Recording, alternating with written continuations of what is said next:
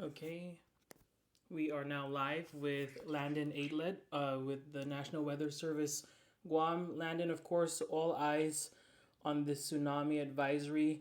We're speaking just for record purposes, July 30th, Wednesday, 4:18 p.m. What is the latest update?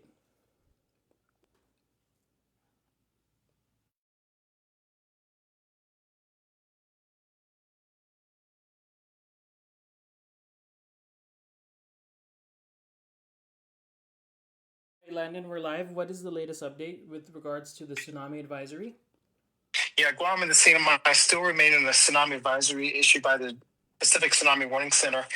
We are tracking a tsunami wave passing through the islands at this moment. We have seen several waves pass through the Upper Harbor tide gauge here on Guam, as well as the Pago Bay tide gauge.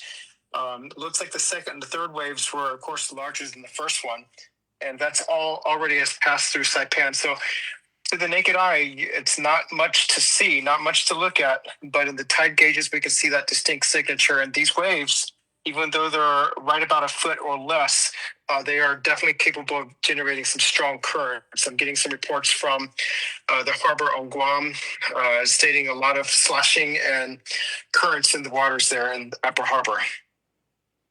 And when it comes for people in Saipan, Tinian, and Rhoda, I know many went to higher ground. We have one of our correspondents saying some people are leaving those safe zones. What's your official guidance for that?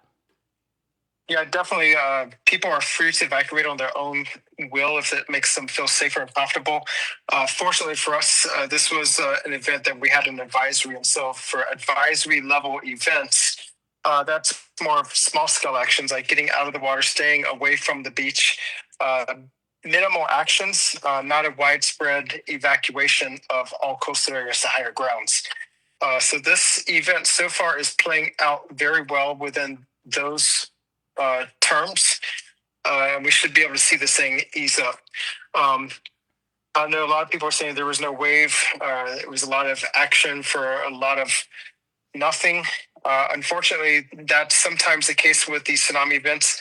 Tsunamis can be very destructive, but they're also very infrequent events. And so every tsunami event's a learning one to assess what happened, how it happened, and to refine the tsunami models that the Tsunami Warning Centers use.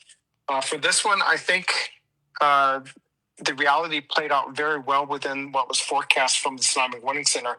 Looking at about a 1 to 3 foot tsunami, we are holding just under a foot for this one. So I think this is a good exercise of communications and actions and how we're going to coordinate future events. And when it comes to monitoring, are you going to be monitoring this for, how long do you monitor this? How long is there a window where things can still change at any point? Right now, we're feeling pretty good that things will start to ease up. We have seen several tsunami waves pass through the Guam tide gauges. And again, we're always concerned that the larger one could be the fourth, the fifth, or the second wave. And it looks like we've already passed through the third and the fourth, which were larger than the first. We're going to keep monitoring things for a little bit longer, maybe another 30 minutes to an hour. At that point, the Tsunami Warning Center, once they're confident there's no more risk of major waves for impacts, they'll go ahead and cancel that tsunami advisory for the CNMI. However, that is different from the all clear that will be issued by the CNMI government. And so the CNMI government all clear will come after the tsunami warning cancellation because we don't want to issue an all clear if there's still a threat. All right. And in terms of any developments in the CNMI, you haven't received any reports of any damages of any sort or anything like that?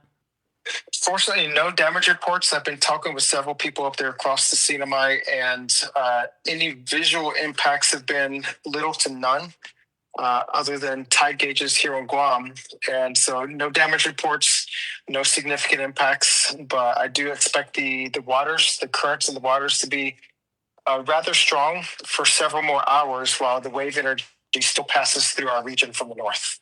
And I know when we spoke a few hours ago, you noted how significant this earthquake is, an 8.7, Mm-hmm. in Russia. I mean, um, Yeah, what's your analysis of that? And I know it's impacting, Asia and us here in the Pacific, of course. Pretty significant event, right?